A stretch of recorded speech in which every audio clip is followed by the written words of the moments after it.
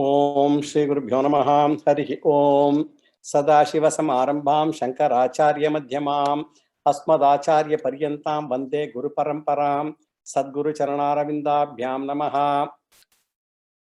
जिज्ञासाधिकरणम् अथातो ब्रह्म जिज्ञासा। जन्माद्यधिकरणम् जन्माद्यस्य यतः। शास्त्रयोनित्वाधिकरणम् शास्त्रयोनित्वात्। समन्वयाधिकरणम् तत्तु समन्वयात्। फर्स्ट चैप्टर थर्ड पाद। द्युब्बाद्यधिकरणम् द्युब्बात्यायतनं स्वशब्दात् मुक्तोपसृप्य व्यपदेशात् न अनुमानम् अदच्छब्दात् प्राणभृच्छ भेदव्यपदेशात् प्रकरणात् स्थित्यदनाभ्यां च। भूमाधिकरणम् भूमा संप्रसादात् अत्युपदेशात् धर्मोपपत्तेश्च। अक्षराधिकरणम् अक्षरम्बरान्तद्धृतेः सा च प्रशासनात् अन्यभावव्यावृत्तेश्च। ईक्षति कर्म व्यपदेशाधिकरणम् ईक्षति कर्म व्यपदेशात् सह। दहराधिकरणम् दहर उत्तरेभ्यः गतिशब्दाभ्यां तथा हि दृष्टं लिङ्गञ्च। धृतेश्च महिम्नः अस्य अस्मिन् उपलब्धेः प्रसिद्धेश्च। इतर परामर्शात् स इति चेत् न संभवति। उत्तरात् चेत् आविर्भूत स्वरूपस्तु अन्यार्थश्च परामर्शः। अल्पश्रुतेरिति चेत् तदुक्तम्। अनुकृत्यधिकरणम् अनुकृतेस्तस्य च अपि च स्मर्यते। प्रमिताधिकरणम् शब्दादेव प्रमितः हृद्युपतेक्षया तु मनुष्याधिकारत्वात्। देवताधिकरणम् तदुपर्यपि बादरायणः संभवात्। विरोधः कर्मणीति चेत् अनेक प्रतिपत्तेः दर्शनात्। शब्द इति चेत् न अत प्रभवात् प्रत्यक्ष अनुमानाभ्याम्। अत एव च नित्यत्वं समाननामरूपत्वाच्च आवृत्तौ अपि अविरोधः दर्शनास्मृतेः दर्शनात्मृते च। मध्वादिषु असंभवात् अनधिकारं जैमिनिः ज्योतिषि भावाच्च भावं तु बादरायणः अस्ति। This is the 33rd sutra of the third pada of first chapter, 96th running Brahma Sutra. So we are seeing the 33rd sutra, and in this connection we saw there are two criteria for any source of knowledge. One is called anadigatatvam or apurvata. It must be a knowledge which is not attained by any other source of knowledge, or it should be unique. There should be uniqueness to that knowledge. And the second criterion is abhaditatvam, that which cannot be negated. It is unnegatable, unnegatability. So it shouldn't be negated by other means of knowledge. For example, Rajju Sarpaha example we gave yesterday. So therefore, anadigatatvam and abhaditatvam are two criteria for any source of knowledge to be valid. This is the Vedantic definition of this particular sutra. Now, having understood this definition, we have to come to the Arthavada Vakyani. Based on this, in the Vedanta, we divide all Arthavada Vakyas into three types. As I mentioned yesterday, they are statement of descriptions, Arthavadas. They are tested, and we will see three examples also. Number one is Agnihi. Agnihi himasya beshajam. So heat is a remedy. Agnihi here means heat is the remedy whenever you feel cold. This is the Arthavada Vakyam, because there is no commandment. It just only states. Should we take it as a pramana vakyam or apramana vakyam? For Pramana Vakyam, first condition is what? You should have unique source of knowledge and you should not be negated later also. So is it a Vedic knowledge? You know, this particular statement does not produce any new knowledge and it only restates what is already known. It does not have anadigatatva. In Sanskrit, such an arthavada vakya is called anuvada arthavada vakya. Anuvada arthavada vakya. And it is a restatement of already known fact. And Vedanta says all the anuvada arthavada vakyas are considered as apramana vakyam. They are not pramanam, they are apramana vakyam because they do not produce any new knowledge at all. It is apramana vakyam, therefore anadigatatva abhavat anuvada arthavada vakyani apramanani because it does not give any new knowledge. Then let us take the second type of statements. And all these analyses are done when? So many years ago, thousands of years before. And there is another vakyam also, Purusho Vava Gautamagnihi. We read all this vakyam in the Upanishad. Purusho Vava Gautamagnihi, Yosha Vava Gautamagnihi. Purusho Vava Gautamagnihi means man, Purusha is fire. Yosha Vava Gautamagnihi means Gautama Agnihi, woman is fire. It is another Vedic statement. And is this Vidhi or Arthavada Vakyam? Is it a Vidhi Vakyam or Arthavada Vakyam? There is no commandment. It is only a statement. And the idea conveyed is what? Man is fire. Can we accept woman is fire also? So can we accept this as a valid source of knowledge? Now, we have never learned anywhere that man or woman is fire. So Anadigatatvam is there. So it is unique. It is a unique idea. But is the second criterion for validity is there? Unnegatable. It should not be negated by another means of knowledge. Here the statement says man or woman is fire. And if you accept this as a factual statement, can you replace all our gas cylinders at all to cook food, keeping the vessels on the head of a man who is fire? So the Pratyaksha Pramana negates the idea conveyed by the statement. Therefore, the statement by the Veda is negated by the Pratyaksha Pramana, and therefore it does not fulfill the second criterion of unnegatability. Therefore, it is not a valid source of knowledge. And such an Arthavada Vakya is called Gunavada Arthavada Vakya. And what is the difference? The first Arthavada does not fulfill the first criterion of validity. And the second Arthavada does not fulfill the second criterion of validity. So, Gunavada Arthavada Vakyanam Abaditatvam Abhavat Apramanya. And Anuvada Arthavada Vakyanam Anagaditatva Anagadigatatva Abhavat Apramanya. So in the first case, no uniqueness, that as we saw in the first case, in the first example, and in the second case, it is falsified. Therefore, Anuvada and Gunavada both are apramanam. And we quoted this Yosha Vava Agnihi.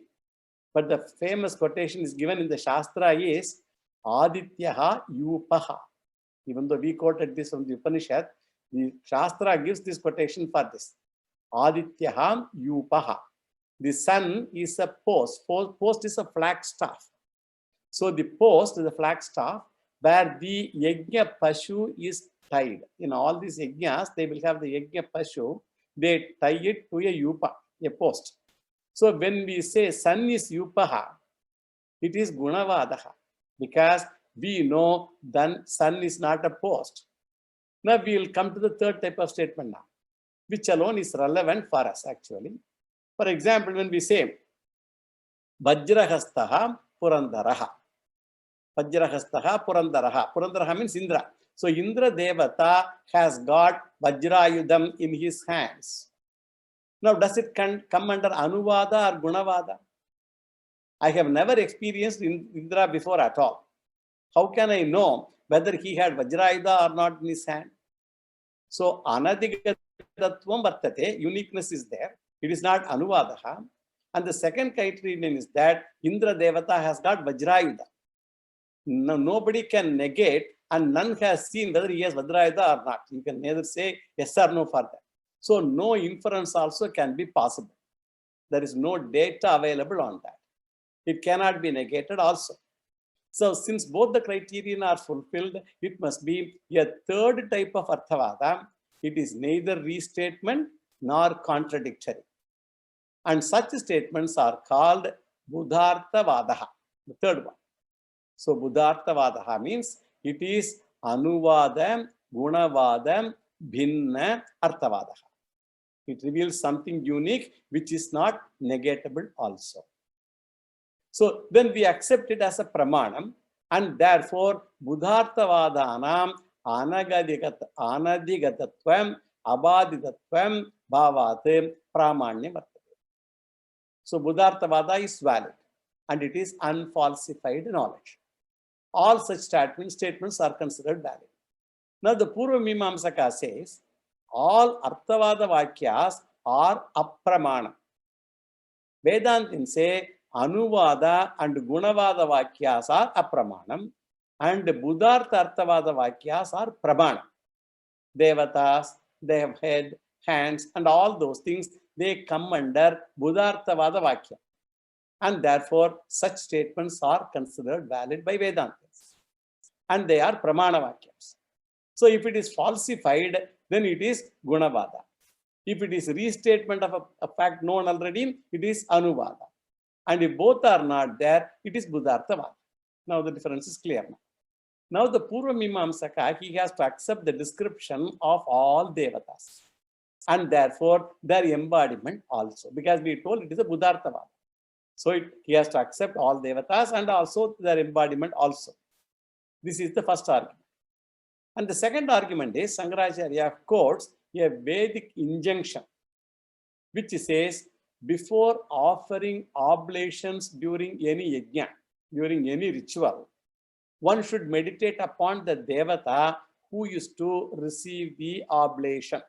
For example, when you say Indraya Swaha, then you meditate upon Indra and offer the oblation. And Shankaracharya asks, if the Veda itself asks a person to meditate upon a Devata, and if the Devata has no embodiment or form, how can I meditate upon the Devata? One cannot meditate upon sound, but one has to meditate upon a form only. If Devatas don't have embodiment, Dhyana Vakyam cannot be implemented. There are so many Dhyana Shlokas. They describe the Devata. So it cannot be implemented. So the third argument also is, in the scriptures it is said, many yogis and many rishis, they have contacted and perceived the Devatas by the supra-sensuous perception. They've got great powers. It is yogic pratyaksham, they call it. Through yoga one can get. So they are supposed to have seen the Devatas and talked to them also. And since yogic pratyaksha pramana implies vigrahatvam for Devatas, they have a form, one has to accept the embodiment of Devatas also. The third argument. And the fourth argument is from the Yoga Shastra, Acharya gives from the Yoga Shastra.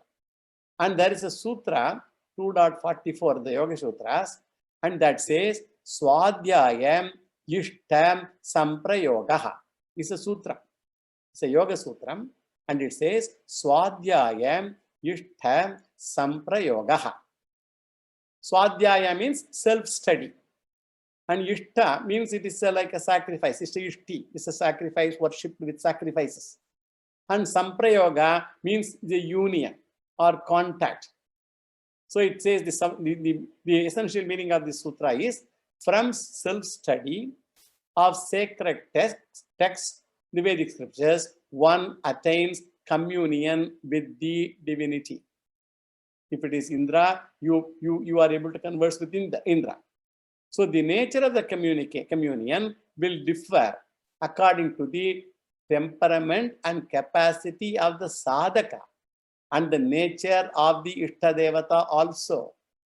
So by study of the scriptures connected to any Devata, that person can contact is Ishta Devata. That Devata will come to him and he can converse also. Actually, in many of the japas, there is this Purasharana. If people do 24 lakhs of Gayatri and all, Gayatri Purasharana, for each letter of Gayatri, 1 lakh japa. And then Gayatri Mata is supposed to appear before them. So many of these devatas, they can appear before them when a person does so much of upasanas of those devatas, thinking of them. And Saint Tyagaraja also is supposed to have a dialogue with Lord Rama. Actually, there's a picture in my home where Saint Tyagaraja and Rama with the entire retinue is all appearing before him, because he had done 96 crores or so of Ramanama Japa. Yes, completed so many Ramanama Japa. So this indicates the Devata has embodiment and has Shariram Vigrahatva. So Yoga Sutra supports our argument. And then the fifth argument is the Kramamukti. There's a Kramamukti example. Kramamukti Vakyani. Kramamukti is what? If a person is not able to study Vedanta during this life, he can do lot of upasanas, and that will give him a Deva Shariram in Swargaloka. And in the Swargaloka, one can get knowledge in the Devata Janma and get moksha also. So Kramamukti is possible only if Devata is able to get knowledge. It is said Brahmaji himself takes classes in Brahmaloka. Nobody needs to attend my classes. Brahmaji's classes they can get. So Brahmana Sahate Sarve Samprapte Pratisanchare Parasyante Kritatmanaham Pravishantim Param Padam. That is this mantra. Pravishanti Param Padam. To attend the class, body should be there. Even if Brahmaji teaches the class, Brahmaji also should have body, and this listener also should have body. It is not like Ashariri where we don't see people here at all. I keep on talking. So this argument is what? Loka. The sixth argument is also given in favor of this. Is the Loka or Chitrakara Prashasti. This is another argument. Loka Prashasti or Chitrakara Prashasti. Among the painters, Chitrakaras who paints, Devatas are well known as Vigrahavantaha. See paintings of Ravi Verma and all those people. They so nice paintings they have put. They all have been picturizing the Devatas endowed with the form as given in the maybe in the Dhyana Shlokas, Puranas, everywhere. So that is also showing that they have forms. And seventh argument is, except in the case of Purva Mimamsaka, our worldly experience is what? Every word has got the corresponding object. Every word that we speak has got a corresponding object. Our common experience, for example, when I say a table, there is an object called a table, which is different from the word table. So Shabda, Artha, Vedaha is Prasiddha, is very common experience. And therefore, how can you say only in the case of Devatas, Shabda is there and Artha is not there?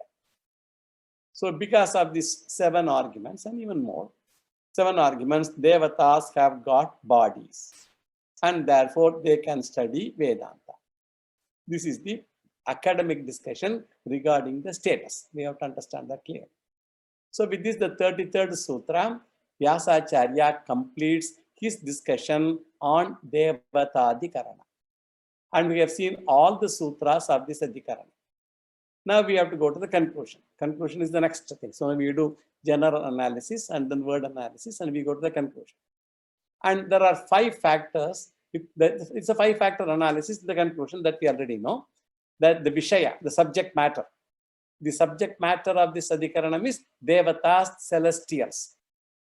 And the doubt, Samshayaha is what? Doubt with respect to them is whether they have Brahma Vidya Adhikara or not. Can they study Brahma Vidya or not? And the Purva Paksha, 3rd factor is they say Devatas have no right for Brahma Vidya. The reason they give is, for this conclusion is, there are no persons called Devatas at all. They do not have body, they do not have mind, sense organs, And no such persons or personalities called Devata at all, according to Purva Mimamsaka. And he claimed that Devatas exist in the form of only sound, Shabda alone.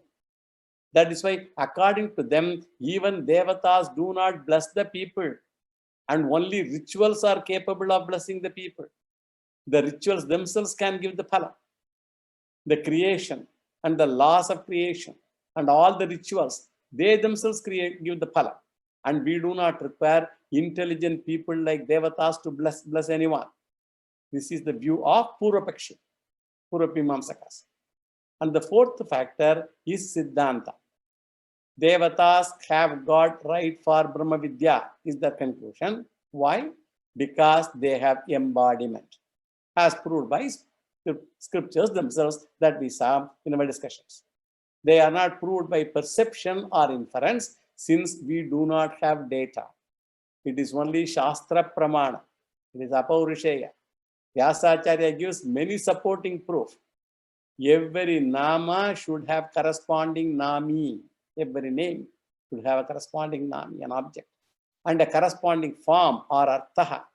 Shabda artayoho Veda Rupa Hetuhu is the supporting Hetu here. And the fifth factor is Sangatihi, the connection between this Adhikaranam and the previous Adhikaranam. That we simply say here, it is in the right position only. Because we told you it's technical subject, we only say this conclusion that this is placed in the right place. So in the previous Adhikaranam, Vyasacharya said, Manushyas have right to pursue Brahma Vidya. And in this Adhikaranam, he decides to discuss whether Devatas have right or not. Earlier, Manushyas have Adhikara, that is established. Now he wants to establish whether Devatas also have the right for Brahma Vidya or not to pursue Vedanta. But this knowledge of whether Devatas have right or not is not going to affect my pursuit of Vedanta as a Manushya. Therefore, this knowledge is not required for me. And even though it's not required, for me means for Manushyas. So even though this is not required, Vyasacharya discusses this. That is why it is called Prasanga Vashat. It's a digression. It's a Prasanga Vashat. So therefore, these two Adhikaranams are the third pada, the eighth Adhikaranam and ninth Adhikaranams, especially the eighth Adhikaranam is said to be a digression, which is not required for a Vedantic student. Because if I am a Devata only, I need to know whether I have Adhikara for Brahma Vidya or not. Otherwise, I need not bother. So Prasanga Vashat, Vyasacharya discussed it and established that Devatas have Adhikara also. Now we will enter into the next Adhikaranam, the ninth Adhikaranam of the third pada. This is called Apashudradhikaranam. Apashudradhikaranam, and it has got 34, 35, 36, 37 and 38 sutras. Let us read the 34th sutra. Shugasyam tad anadhara shravanat tad adravanat suchyatehi. That is a sutra. Shugasya tad anadhara shravanat tad adravanat suchyatehi. So the discussion on the privilege of the Devatas meditation from Sutra 25 is continued here. And this is the ninth Adhikaranam known as Apashudradhikaranam. Apashudradhikaranam. It consists of 5 sutras as I mentioned. And first let us see a general introduction of this Adhikaranam.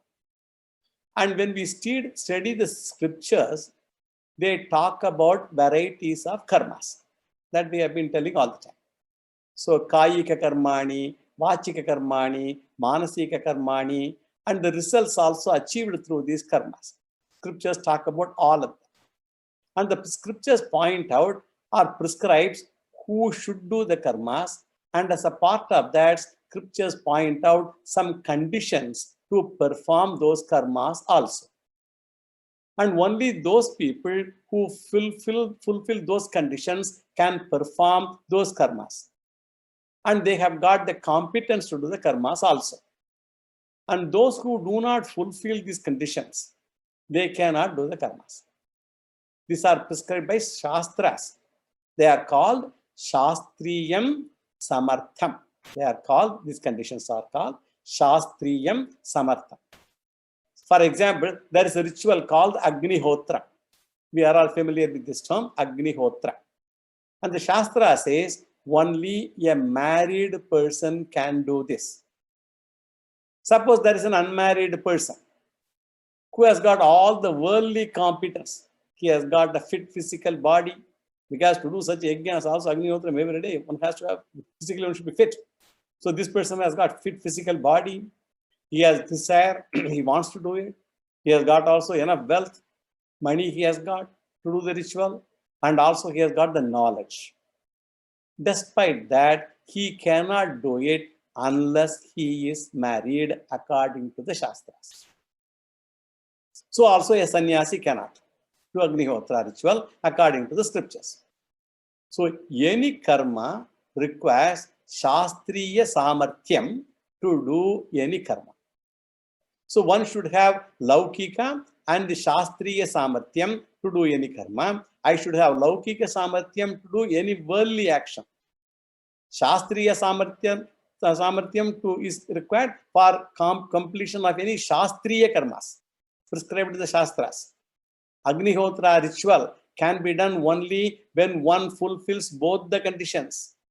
Laukika Samarthyam is not sufficient, and he should be married and should do the Agni Adhanam and gets a special title Ahita Agnihi. Once the person who does Agni Adhanam, he gets a title Ahita Agni. Normally, he comes from a family of Ahidagnis, they say. Then only he is qualified to perform Agnihotras. I come from such a family also. Then only a person is qualified to perform Agnihotra ritual. Laukika Samarthyam one can know by common sense itself. Shastriya Samarthyam can be known only through Shastras. So Veda Adhyayanam is considered a Shastriya karma because it is a Vidhi prescribed by Shastras. Learning to chant Vedas is a Shastriyam karma. Then Veda Mimamsa, study of the meaning of the Vedas, the Bhashyam of the Vedas. Vedanta Vichara, they are all called Shastriyam karma. So these rituals prescribed by Vedas and performance of the rituals also, they come under Shastriyam karma. Veda Adhyayanam is mere chanting of Vedas. And Veda Vichara is Arthagrahana, analysis of the meaning of Veda mantras.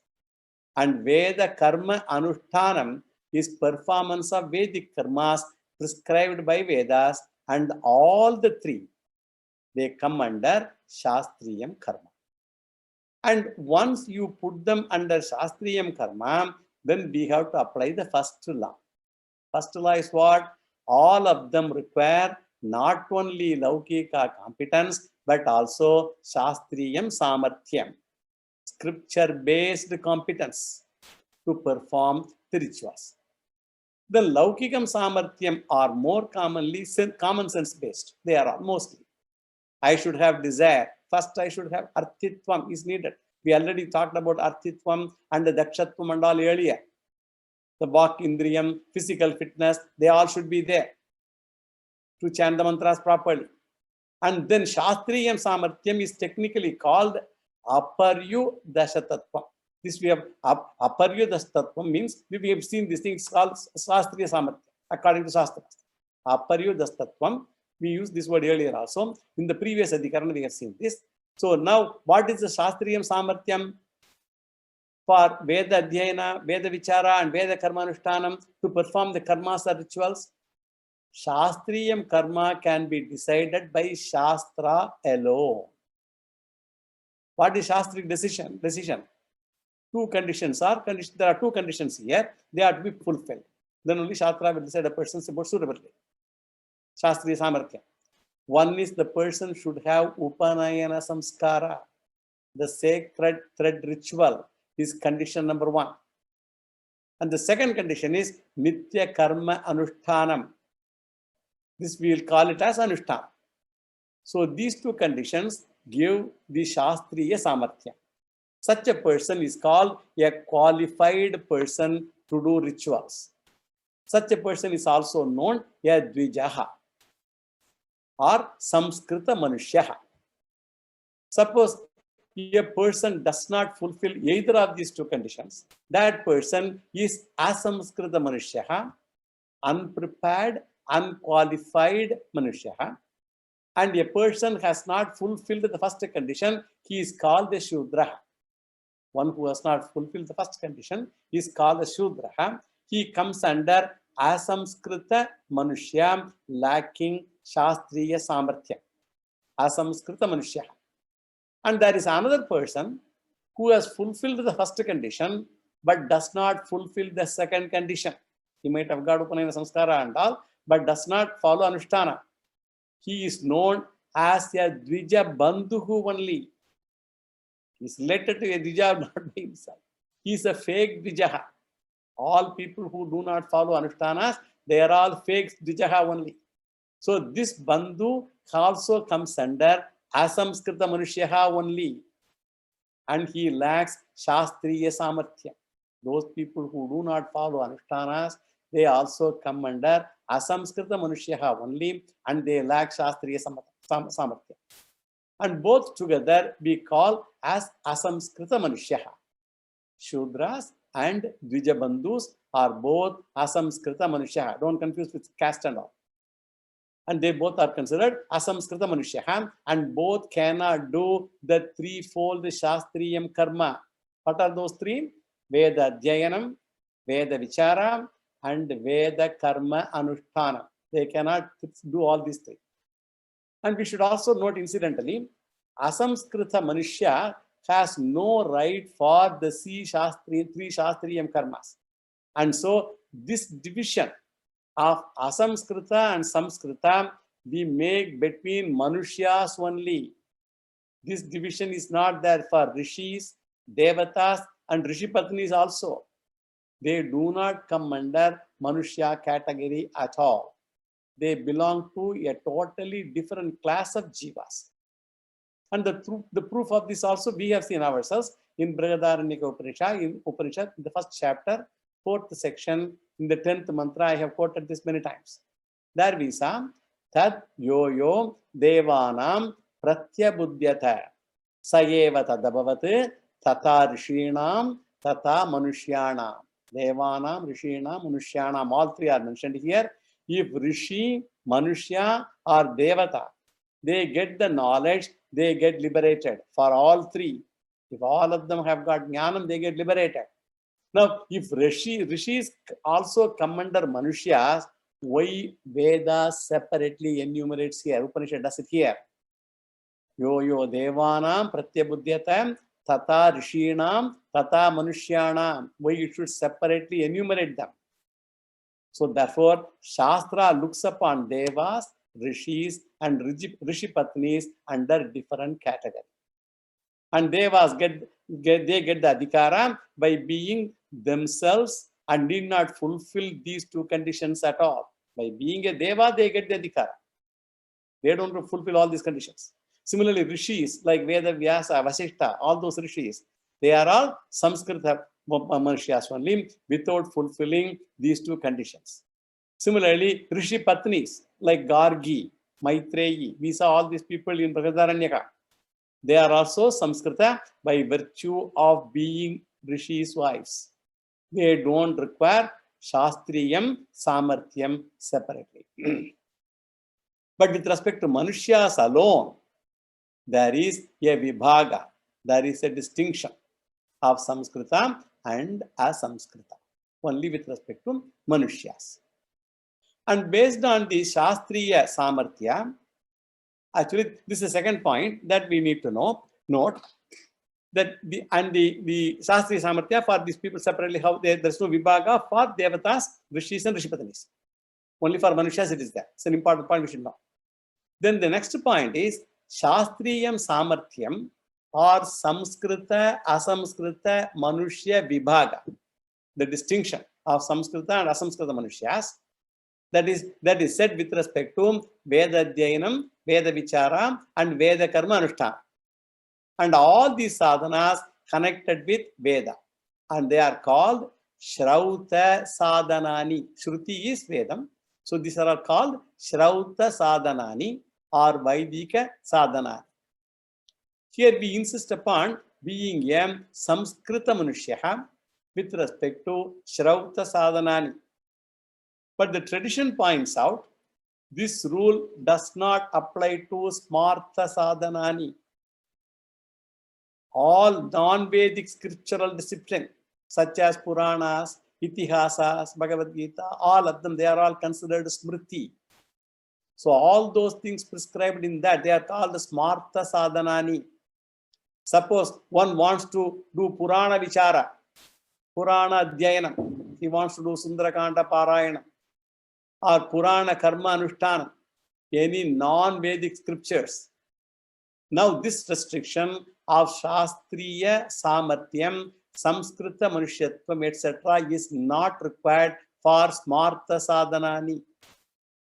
For Vedas, Shrauta Sadhanas only you need all those conditions. For this, there is no such condition at all. Therefore, they are universal for all Manusyas. Smartha Sadhanani, all Manusyas can follow.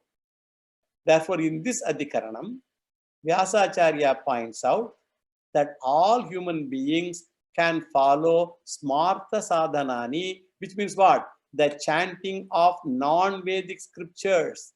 They can chant Ramayana, Mahabharata, Bhagavatam, all of them. All these various Devi Mahatmyam, this Lalita Sahasranama, Vishnu Sahasranama, all those things. Study of the meaning of non-Vedic scriptures also. And performance of sadhanas prescribed in non-Vedic scriptures. All these Smriti Granthas, Puranas, Itihasas, and all that. And therefore, all human beings can get Chitta Shuddhi through what? Smartha Sadhanas. And all can get moksha also through Smartha Sadhanas.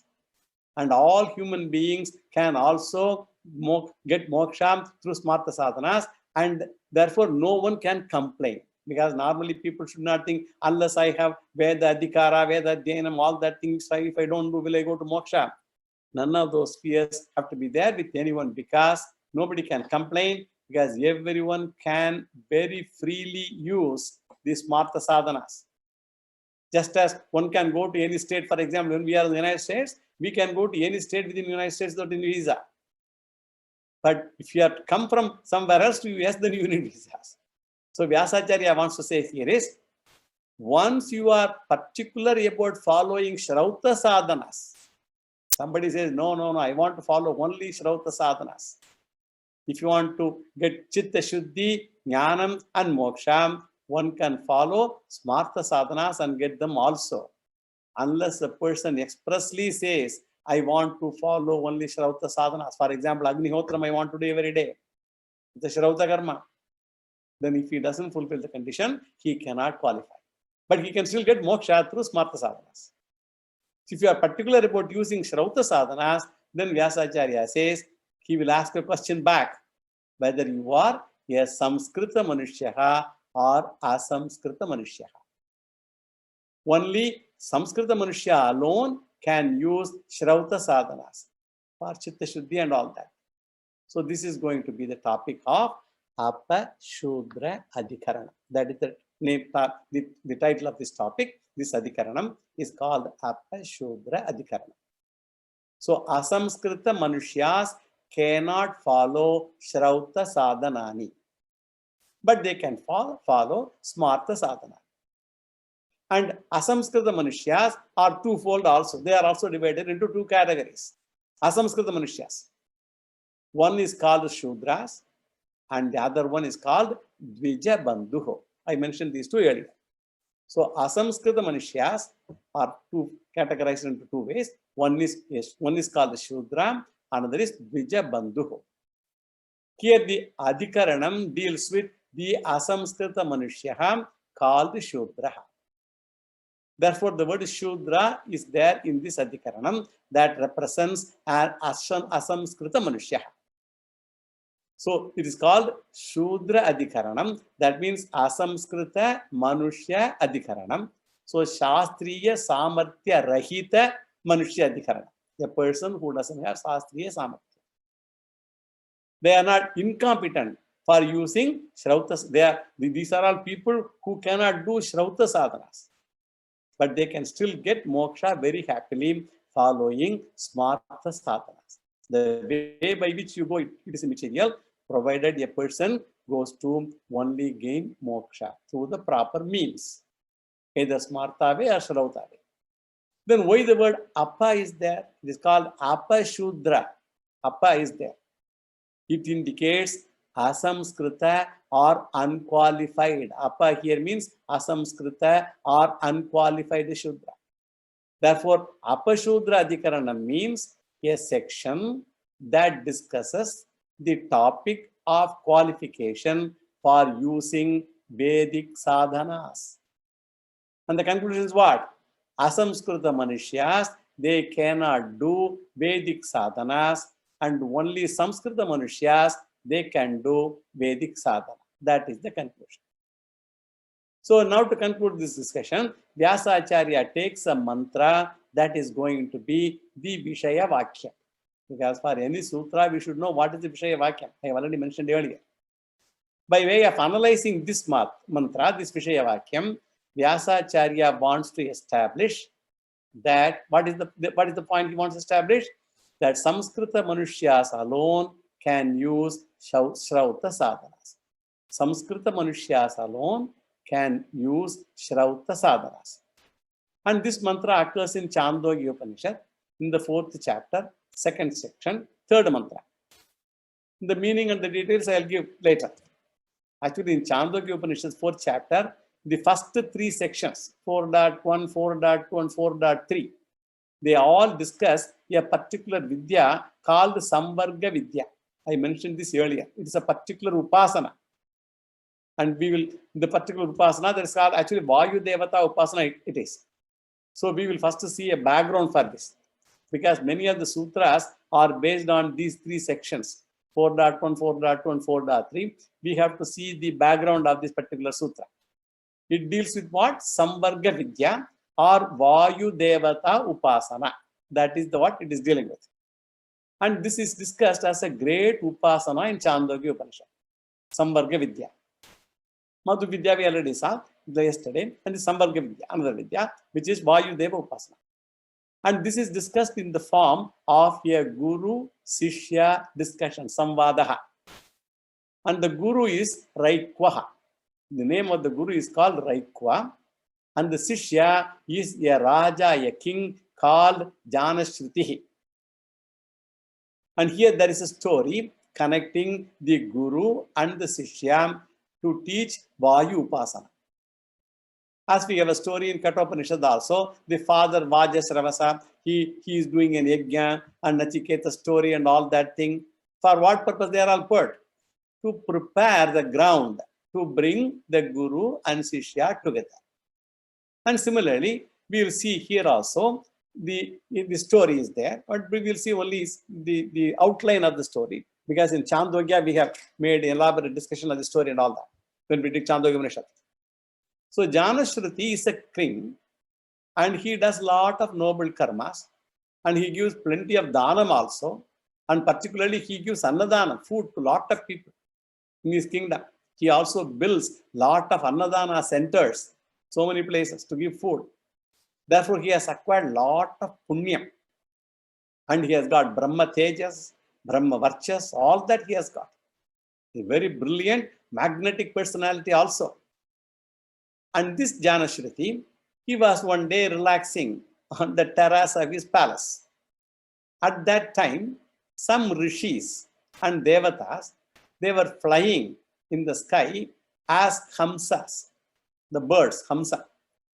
By the palace, they were all flying, and they were seeing this Raja also standing. And because they are all devatas and rishis, they have got all kinds of siddhis, and they can assume any form. So they took the form of birds to fly.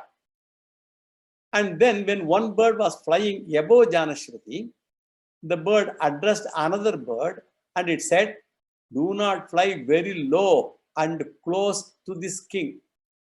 If you fly low, very low and close to this king, because he has got so much of tejas, like the bright sunlight, And if you fall within the range of his tejas, you may be burned. Dakshyati, it says. And then the bird answers, the other bird says, why you glorify Janashruti so much, as though he is as great as Raikwa. The other bird says, this first bird, why you are glorifying this Raja, is he as great as the other Rishi Raikwa? And Janashruti, he heard. He was also a great person. He had the ability to hear the conversation between birds.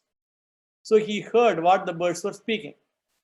And he was very happy when the first bird glorified him. He said, he is such a great person. He has got such a great brilliance, tejas, brahmavarchas. So he was very happy. But he became very unhappy when the other bird insulted him. And the next morning, his charioteer came and he did namaskaras to the king, and he glorified the king also as usual. Then the king asked his charioteer, am I as great as Raikwa or not? He's asking whom? A charioteer, his chauffeur. And the king, that means look at his mind. Then the king tells him the glory of Raikwa, as told by the bird. How did it glorify?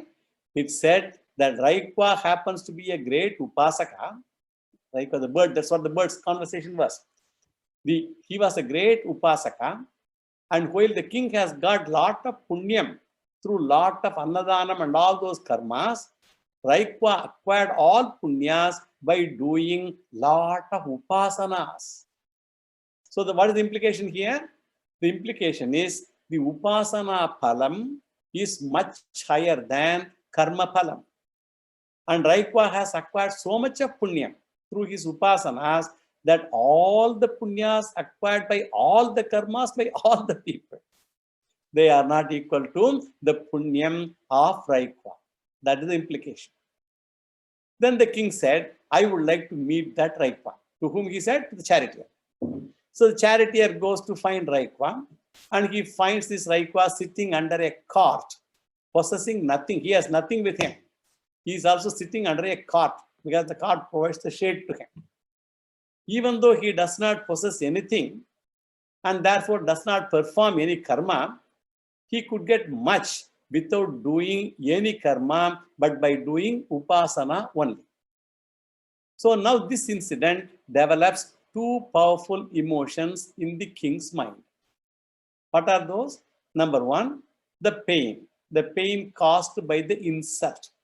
The bird insulted him, so it's pain. And the second thing is, he got a deep curiosity, the urge to study Vayu Upasana, because Raikwa's superiority is caused by Vayu Upasana, Samvarga Vidya. Therefore, I should also become as great as Raikwa by knowing and practicing Vayu Upasana. So there is a deep jignasa also. Then the king also approaches Raikwa with a lot of gifts he takes and Guru Dakshina and all that thing, and asks Raikwa to teach him this Upasana. Then Raikwa says, Dakshina is not enough. Whatever you brought is not enough for me. And he asked the king to bring more Dakshina. So this may create actually a question in as a lot of people may have this question. Maybe they may plan to ask me at the end of the class. If Raikwa is such a great Brahmana, how can be so money-minded? People can ask these questions. Remember, we should be careful here. The Upanishad presents Raikwa as a great Brahmana.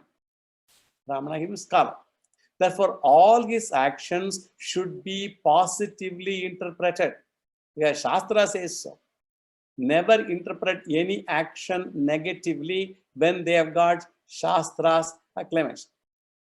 Therefore, we have to interpret this denial also positively. And how it is done? In tradition, the acharyas always test the sincerity of the seeker by various methods. Different acharyas test by different methods, even by afflicting pain on the sishyas to test the earnestness of the disciple. Actually, there is an incident told about Swami Chinmayananda. When he went to Swami Rishikesh. And then he wanted to go and meet Tapovanji. So he was asked to go all the way to Tapovanji. I think he for 8 days or so he walked all over to go to him. And after he went to him, he simply asked, "Did you get any letter from Swami Shivananda?" Because Shivananda only sent to him. I don't even know who you are. So he didn't get any letter from him. So he asked him to, without letter, don't even talk to me. So he came all the way back again 8 days by foot. And then the moment he came there, Swami Shivananda asked him, "Did he ask you to go and get a letter?" He said, "Yes. Don't worry. He just only wants to test your sincerity and your commitment and perseverance to pursue this knowledge." So he again asked him to go back. He went there, and then Tapovanji took him as his Shishya. So sometimes Acharya tests by different methods, even by afflicting pain to the Shishya. Of course, not today. Today, forget it. I'm telling about stories in the Puranas. If that is the case today, no teacher can teach anything anywhere. So how to find the earnestness? Deny the knowledge or delay it. Or Yamadharma Raja, or Yamadharma Raja did other techniques also. He tempted Nachiketas. I will give you so many things. Even though they appear negative methods, we should remember that these methods are used with a positive motive. Therefore, Raikwa also must have done like that. So let not people dwell on this discussion. So the king brings more Dakshina now, and also gives his daughter also in marriage to Raikwa. And then Raikwa teaches the Samvarga Vidya or the Vayu Upasana to Janashruti. This is the context, the story part. As I told you, this is a story part. Don't dwell on the story so much. And this story is analyzed to establish our topic, namely, Asamskrita Manushya alone. A Samskrita Manushya alone is fit for Shrauta Sadhanani. That is our discussion. Whereas all the people are fit for Smarta Sadhana. So Shrauta Karmas, only Samskrita Manushyas are fit. And as far as Smarta Karmas, everybody is fit. So the whole story occurs in 3 sections in Chandogya Upanishad, 4th chapter, 4.1, 4.2, and 4.3, as I mentioned earlier. And while the Upanishad is presenting this story, in mantra 4.2.3, the Upanishads make a statement.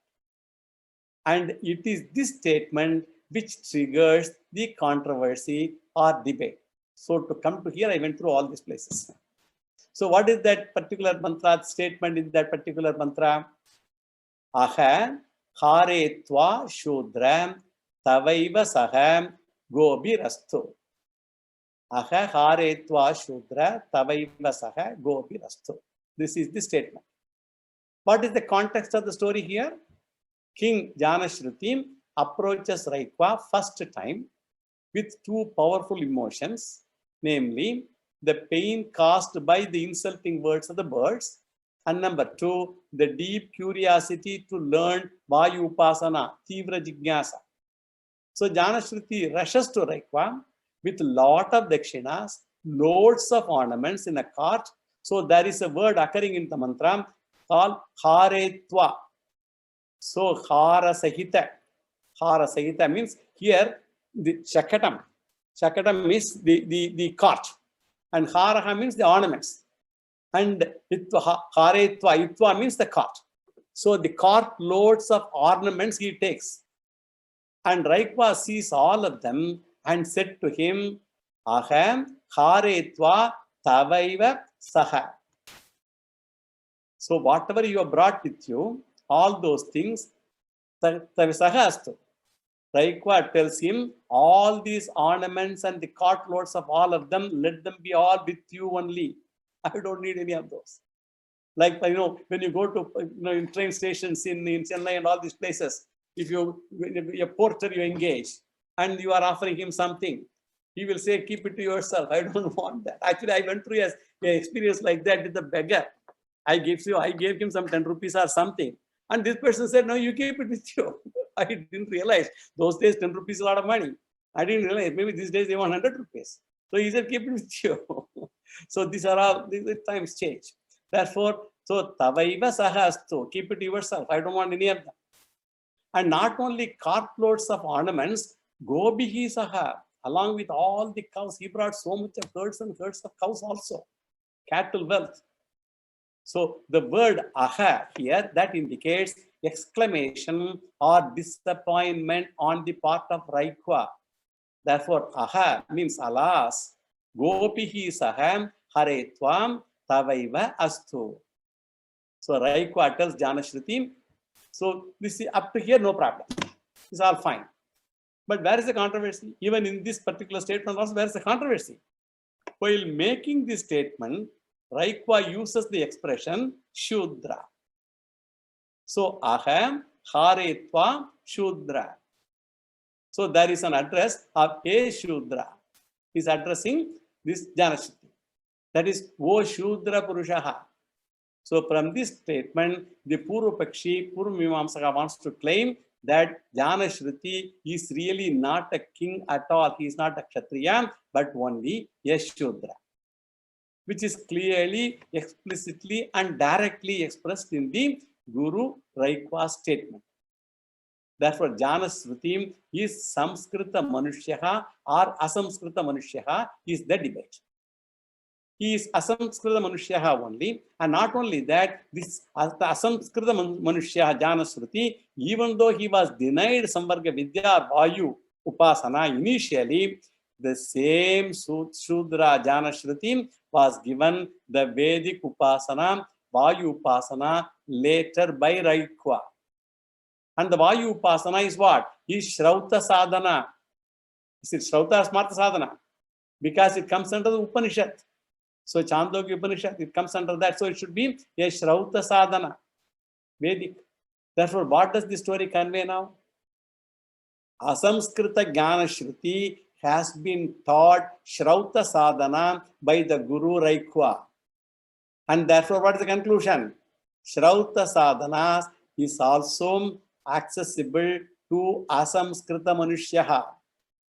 That means even without Upanayana Karma, all the people can practice Shrauta Sadhanas. What is the support? The Shudra Janashruti, who is the student of Samvarga Vidya, supports this case. Whereas Vyasacharya points out what? Asamskrita Manushyas cannot have Shrauta Sadhanas. They can have only Smarta Sadhanas. And therefore, the debate is what? Whether Janashruti is a Shudra or Kshatriya. And what should Vyasacharya establish? If he has to uphold his own statement, he has to establish that Janashruti is Kshatriya only. Then alone his idea can be validated. And if Vyasacharya has to prove that Janashruti is a Kshatriya, then he has a problem also. What is that? In this statement, Janashruti has been addressed as a Shudra. Therefore, Vyasacharya has to explain the meaning of the word Shudra. This is the problem here.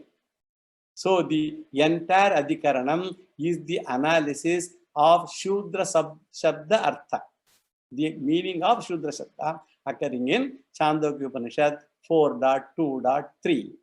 And that is why this Adhikaranam is called Apashudra Adhikaranam itself. And the Purvapakshi will claim that Shudra means Asamskrita Manushya only. Whereas Vyasacharya has to establish that the word Shudra does not indicate Asamskrita Manushyatvam. Therefore, Shudra Shabda Vichara is the topic. And here Vyasacharya establishes two things. One is Janashruti is a Kshatriya only. That is a positive establishment. And number two, Janashruti is not a Shudra also. So, Kshatriyatva Sthapanam, that is Janashruti is Kshatriya. And two, Shudratva Nishedaha, negation of Shudratvam for Janashruti. So, this is the task of Vedavyasa in this Adhikaranam. And this is the general introduction to this entire Adhikaranam. Now we will see the general analysis of the Sutra in the next class. यो वेदादौ स्वरप्रोक्तो वेदान्ते च प्रतिष्ठितः तस्य प्रकृतिलीनस्य यः परः स महेश्वरः। श्रीकृष्णार्पणमस्तु। पूर्णमदः पूर्णमिदं पूर्णात् पूर्णमुदच्यते पूर्णस्य पूर्णमादाय पूर्णमेवावशिष्यते। ॐ शान्ति शान्ति शान्ति।